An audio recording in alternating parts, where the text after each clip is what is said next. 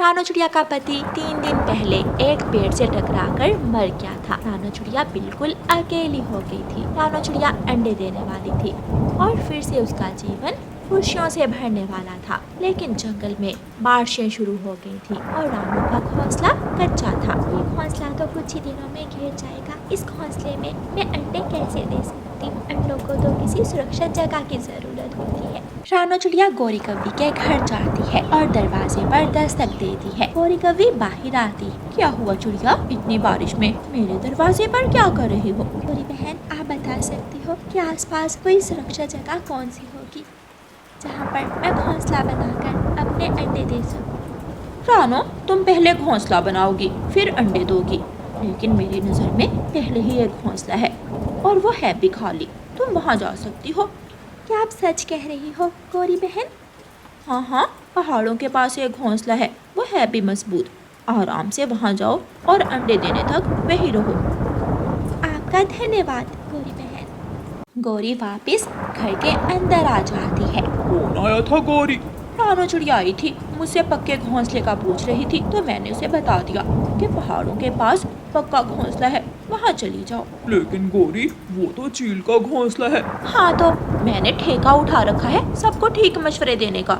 एक तरह से मैंने रानो का भला ही किया है। तुमने उसको चीलों के पास भेज दिया, इसमें उसका क्या भला? बेचारी इतनी मुश्किल से अंडे देती, उनको अकेले पालती, इतनी मुश्किलें उठाने के बाद भी उसे मर ही जाना था। मैंने तो उसकी मुश्किलें कम कर दी।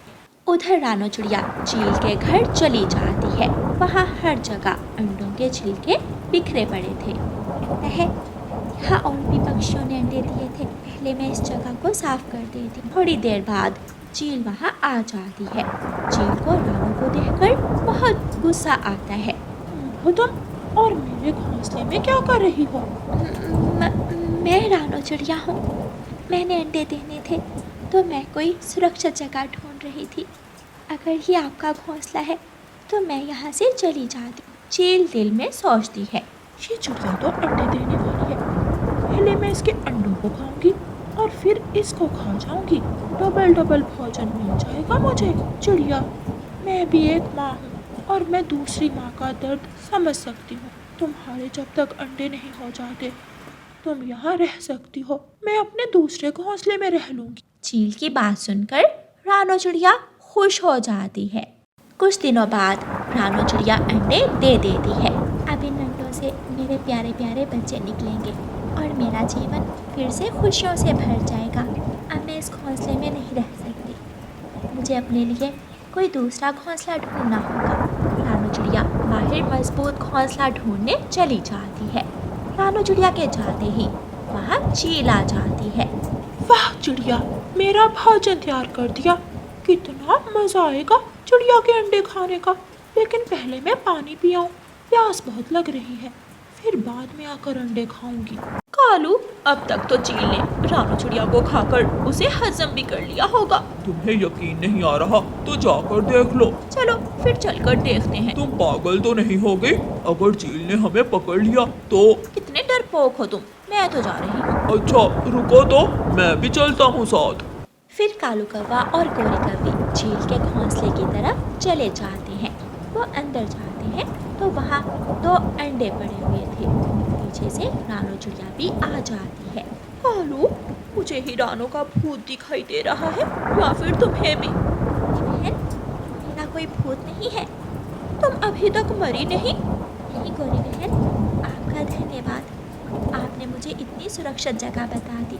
यहाँ पर जो चील है वो मेरी दोस्त बन गई है। वो मुझे खाने के लिए भोजन भी ला कर देती है। ये सब आपकी वजह से हुआ है। गौरी मन ही मन सोचती है, अगर चील ने इससे दोस्ती कर ली है तो मुझसे भी कर लेगी, और अगर चील की हमसे दोस्ती हो गई तो सारा जंगल हमसे डरेगा, हर तरफ हमारी दहशत होगी। सुनो रानो, अब तुरंत यहाँ से बाहर निकलो, ये जगह हमारी है। ये क्या कह रही हैं आप गौरी बहन? सुना नहीं तुमने? अगर जल्दी ना निकली तो तुम्हारे अंडे तोड़ दूंगी। रानो बेचारी रोती हुई अपने अंडे उठाकर वहाँ से चली जाती है। चलो कालू जी, हम अपने घर का सामान यहाँ लेकर आते हैं। कालू और गोरी अपने घर जाते हैं और गोरी अपने दिए हुए 2 अंडे उठाती है और कालू कौवा घोंसला उठाता है और चील के घर के अंदर जाकर रख देते हैं। चलो कालू जल्दी से जाते हैं और बाकी घर का सामान भी उठा लाते हैं। वो दोनों फिर से चले जाते हैं और पीछे से चील आ जाती है। शेरानों की बच्ची अभी तक आई नहीं। मैंने तो सोचा था दोनों को इकट्ठा खाऊंगी। चलो भाड़ में जाए, मुझे क्या। चील दोनों अंडों को उठाती है और अपनी चोंच में डाल लेती है। ताज़ा ताज़ा अंडों का स्वाद, आज तो मज़ा ही आ गया। तभी कालू और गोरी वहाँ आ जाते हैं। तुम दोनों मेरे घोंसले में क्या कर रहे हो? चील बहन, हम आपसे दोस्ती करने आए हैं। उस रानो को तो हमने यहाँ से भगा दिया, वो आपकी दोस्ती के लायक नहीं है। गोरी की नज़र घोंसले की तरफ जाती है। वहाँ गोरी के अंडे नहीं थे। मेरे अंडे कहाँ गए? वो तो मेरे पेट में है। गंदी चील, मेरे मासूम बच्चों को इस दुनिया में आने से पहले ही खा गई हो तुम। निकल जाओ तुम दोनों यहाँ से, वरना हम दोनों मासूम अंडों के माता पिता को खाने में भी जरा देर नहीं करूँगी। फिर कौवा और कौवी गोरी कौवी बहुत लालची कौवी थी। वो रानो चिड़िया से कहती है, रानो, मैं अपने बेटे जग्गू कौवे की शादी पिंकी चिड़िया से कर रही हूँ। गोरी बहन, ना ऐसा मत करना। वो पिंकी चिड़िया तो बहुत चालाक चिड़िया है। सुना है वो बहुत ज्यादा फ्रॉडन चिड़िया है। मुझे पहले ही पता था तुम मेरे बेटे की शादी मुझे परिवार में होती हुई देखकर जल जाओगी। मैंने सीधी बात बताई है तुम्हें, आगे तुम्हारी मर्जी। गौरी कौवी वहाँ से चली जाती है और दूसरे ही दिन अपने बेटे की शादी पिंकी चिड़िया से कर देती है। सासू माँ, ये गहने मेरी माँ ने खास आपके लिए भेजे हैं। इतने सारे गहने देखकर गौरी कौवी की आंखें तो खुली की खुली रह जाती हैं। हाय, मैं मर गई। मेरी सुंदर बहू, यहाँ आओ, मेरे पास आओ। मैं प्यार करूं अपनी चांद जैसी बहू को। सासू माँ, जग्गू जी दूध का गिलास मांग रहे हैं। गौरी कौवी 2 गिलास दूध के डालती है। लो, ये 1 गिलास तुम्हारा और 1 जग्गू का। गौरी कौवी की बहू बहुत चालाक थी। वो आधी रात को उठती है। जग्गू कौवा, उसका पति, अपने घोंसले में सोया हुआ था। पिंकी आहिस्ता से अपनी सास के कमरे में जाती है और उसके गले से सोने का हार उतार लेती है और अपने सामान में जाकर छुपा लेती है। सुबह हो जाती है। मैं लुट गई। जग्गू बहू कहाँ हो? जल्दी मेरे पास आओ। गौरी की बहू और बेटा जग्गू जल्दी से गौरी के पास आते हैं। बताइए माँ जी, क्या हुआ? आप क्यों सुबह सुबह शोर मचा रही हैं? बहू, मेरा 10 तोले का सोने का हार मेरे गले में नहीं है। माँ जी, आप कहीं रखकर भूल गई होंगी। माँ जी, क्या हुआ जो हार गुम हो गया? मैं आपके लिए इतने सारे गहने ले तो आई हूँ, लेकिन बहू वो हार बहुत कीमती था। माँ जी, आप कुछ ज्यादा ही बोले जा रही हैं। क्या कहेगी मेरी पत्नी? ऐसे ही कुछ दिनों बाद पिंकी अपनी सास की अलमारी से पैसे निकालकर छुपा लेती है। गौरी बाजार से आती है और जब अपनी अलमारी में पैसे नहीं देखती तो रोने लग जाती है। कल मेरा हार गया और आज मेरे पैसे। ये क्या हो रहा है मेरे साथ? मैं बहू से जाकर पूछती हूँ। जग्गू और गौरी की बहू नदी पर गए हुए थे। गौरी कौवी उनके पीछे नदी पर जाती है। बहू, मेरी अलमारी से पैसे किसने लिए हैं? सासू माँ, मुझे क्या पता, मैं तो सुबह से जग्गू जी के साथ यहाँ बैठी हुई हूँ। जग्गू बेटा, क्या तुमने मेरी अलमारी से? माँ, बस कर जाओ, बहुत हो गया। अब तो आप मुझ पर भी शक करने लगी हो। मैं तो सासू माँ के लिए लाखों के गहने लाई थी। मैं चोरी क्यों करूँगी? माँ, अब आप भूलने लगी हो। छोटी छोटी बातें आप भूल जाती हो। अब घर की चाबियाँ पिंकी को दे दो। गौरी कौवी थोड़ी देर सोचती है। शायद मैं भूल जाती हूँ, बड़ी हो गई हूँ ना, इसलिए। गौरी कौवी घर जाकर अपने घर की सारी चाबियाँ अपनी बहू को दे देती है। यही तो उसकी बहू चाहती थी। दूसरे ही दिन पिंकी जग्गू से कहती है, जग्गू पति जी, मेरा आज मिठाई खाने को दिल कर रहा है, मुझे दुकान से मिठाई ला दो। ठीक है, लेकिन मेरे आने तक माँ का ख्याल रखना। माँ को दाना पानी दे देना। आप सासू माँ की चिंता ना करें, मैं कर लूंगी। जग्गू अपनी पत्नी के लिए मिठाई लेने चला जाता है। जग्गू के जाते ही पिंकी अपनी सास के पास जाती है और लेटकर नाटक करने लगती है। मैं मर गई। मेरे पेट में बहुत दर्द है। माँ जी, मुझे डॉक्टर से दवा ला दे। हाय हाय। बहू, चलो मेरे साथ चलो, मैं तुम्हें बुलबुल डॉक्टर के पास ले जाती हूँ। सासू माँ, मैं तो उठकर बैठ नहीं सकती। मैं उड़कर कैसे जा सकती हूँ? आप मुझे घर में ही दवा ला दें। गौरी कव्वी जल्दी से उड़ती है और बुलबुल डॉक्टर के पास चली जाती है। अपनी सास और पति के जाते ही पिंकी अपने भाई बूढ़े को फोन करती है। बूढ़े भाई, जल्दी से आ जाओ, घर में कोई भी नहीं है। मैं सामान लादने के लिए ट्रक लेकर अभी आया। थोड़ी ही देर में बूढ़ा ट्रक लेकर आ जाता है और वो गौरी के घर का सारा सामान ट्रक में लाद लेते हैं। पिंकी घर की हर चीज चुरा लेती है और दोनों बहन भाई वहाँ से भाग जाते हैं। गौरी भी बुलबुल से दवा लेकर वापस आ जाती है। बहू कहाँ हो? गौरी का ध्यान अपने सामान पर जाता है। मेरे घर का सामान, मेरी चीजें, मेरी अलमारी भी खुली है। धोखा, मेरे साथ धोखा हो गया। बहू तो लटेरी निकली, वो तो मेरे घर को ही लूट कर ले गई। गौरी जल्दी से घर से बाहर निकलती है। माँ कहाँ जा रही हो? रुको, मैं पिंकी के लिए मिठाई लेकर आया हूँ, आप भी थोड़ी मिठाई खा लो। जग्गू, बहू तो चोरनी थी, वो सारा घर लूट कर ले गई है। क्या? माँ, ये हमारे साथ क्या हुआ? जग्गू, लेकिन बहू भी ये भूल गई कि जो गहने उसने मुझे दिए थे वो मैंने संदूक में छुपाकर ताला लगा रखा है। गौरी कव्वी जल्दी से गहने संदूक से निकालकर सुनार के पास ले जाती है। सुनार गहने देखता है। कव्वी बहन, ये गहने तो नकली हैं, ये तो बाजार से 10-10 रुपए में मिल जाते हैं। ये सुनकर गौरी कव्वी बेहोश होकर वहाँ गिर जाती है। रानो चिड़िया भी वहाँ आ जाती है। चाचा सुनार, इसे ठंडा पानी पिलाओ, बेचारी अपने लालच में लुट गई है। ऐसे गौरी कव्वी ज्यादा के लालच में थोड़े से भी जाती है और अपनी बहू के हाथों लुट जाती है। प्यारे दोस्तों, इस कहानी को लाइक, अपने दोस्तों के साथ शेयर और चैनल को सब्सक्राइब करना बिल्कुल मत भूलना। आपका धन्यवाद। प्यारे दोस्तों, इस कहानी के कल वाले भाग में आपने देखा कि कैसे गुड़िया की मम्मा बीमार थी और कैसे उस बीमार माँ को अपनी बेटी की चिंता हो रही थी। वो अपने सारे जानने वालों को अपनी बेटी का ख्याल रखने का कहती है और फिर कैसे वो अपनी बेटी को छोड़कर मर जाती है। गुड़िया अपनी मम्मा की बात मानते हुए सीधी अपनी मौसी के पास चली जाती है। बरगद का पेड़ तो यही है और साथ वाला घर, हाँ यही तो है मौसी का घर। गुड़िया उस घर के दरवाजे पर दस्तक देती है।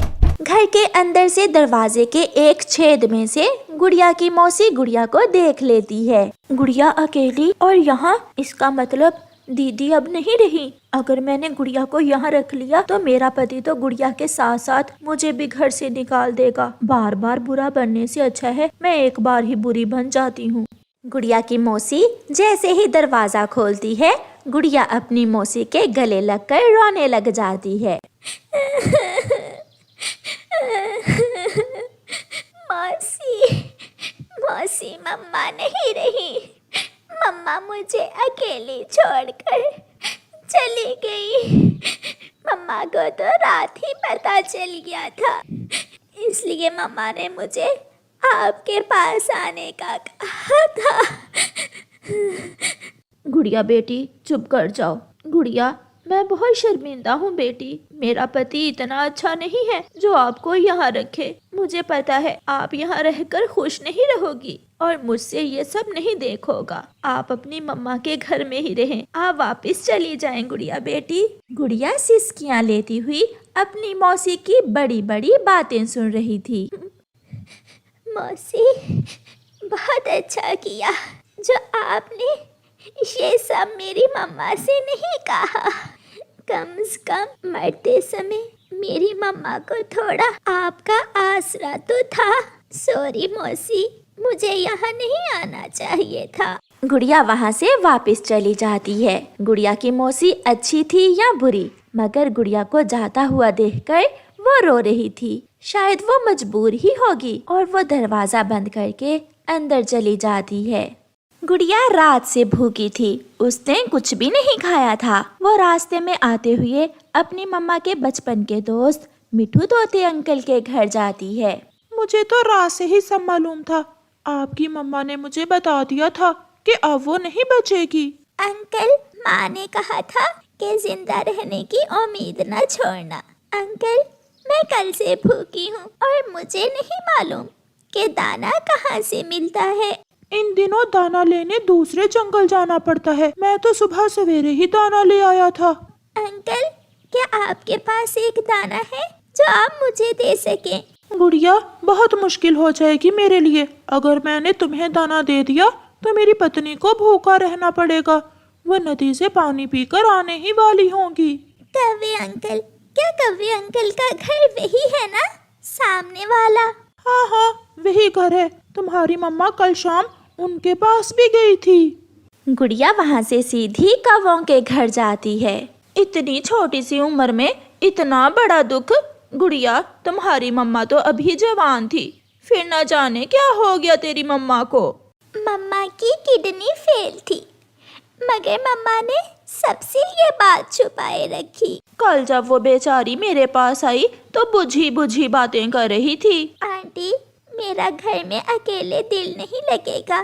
क्या आज की रात आप मुझे अपने घर में रख लेंगी?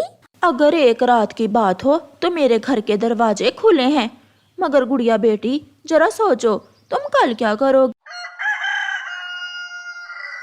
दूसरे दिन गुड़िया उसी समय पर उठती है जिस समय उसकी मम्मा दाना लेने जाया करती थी।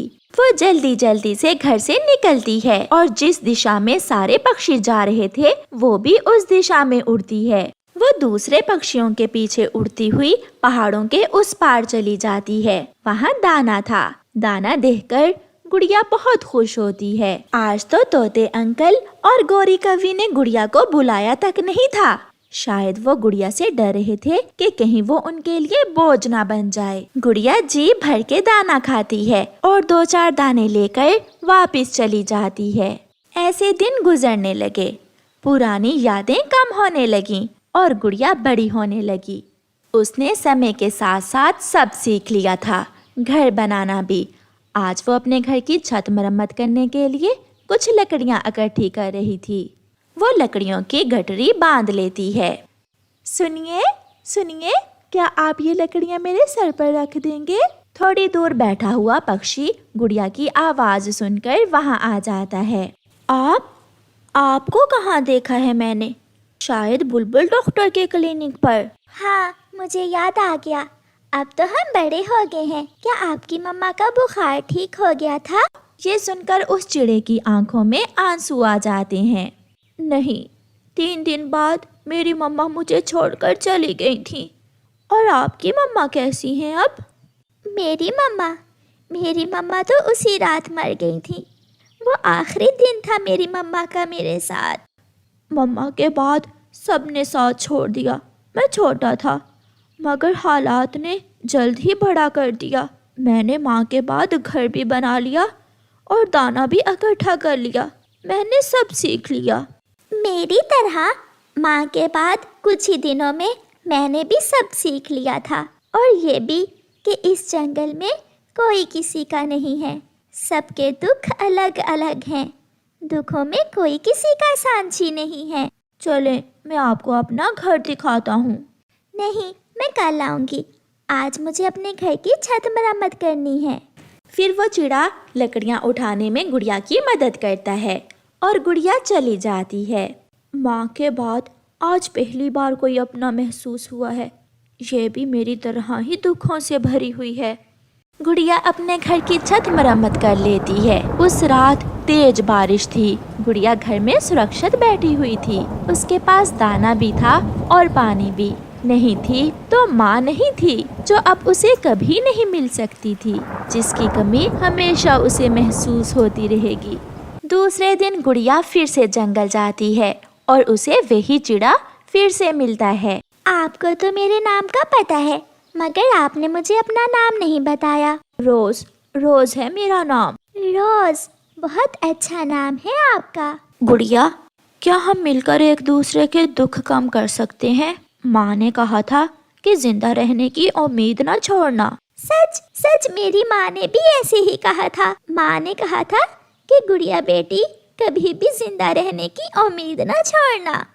फिर वो चिड़ा उस चिड़िया को अपने साथ अपने घर ले जाता है और वो एक साथ रहने लगते हैं। चंद दिनों बाद उनके घर में भी चूं चूं की आवाज ने रौनक लगा दी थी और उन्हें जिंदा रहने की उम्मीद मिल गई थी। आज गुड़िया एक छोटे से बच्चे की माँ बन गई थी और रोज पिता। लंबे दुखों के बाद अब खुशियाँ उनका मुकद्दर थीं और वो परिवार इतना खुश था कि शायद ही जंगल में कोई और परिवार इतना खुश हो। प्यारे दोस्तों, जिंदगी में दुख और सुख आते जाते रहते हैं, मगर कभी भी जिंदा रहने की उम्मीद ना छोड़ो, जैसा गुड़िया की मम्मा ने उससे कहा था। और प्यारे दोस्तों, इस कहानी को लाइक, अपने दोस्तों के साथ शेयर और चैनल को सब्सक्राइब करना बिल्कुल मत भूलना। आपका धन्यवाद।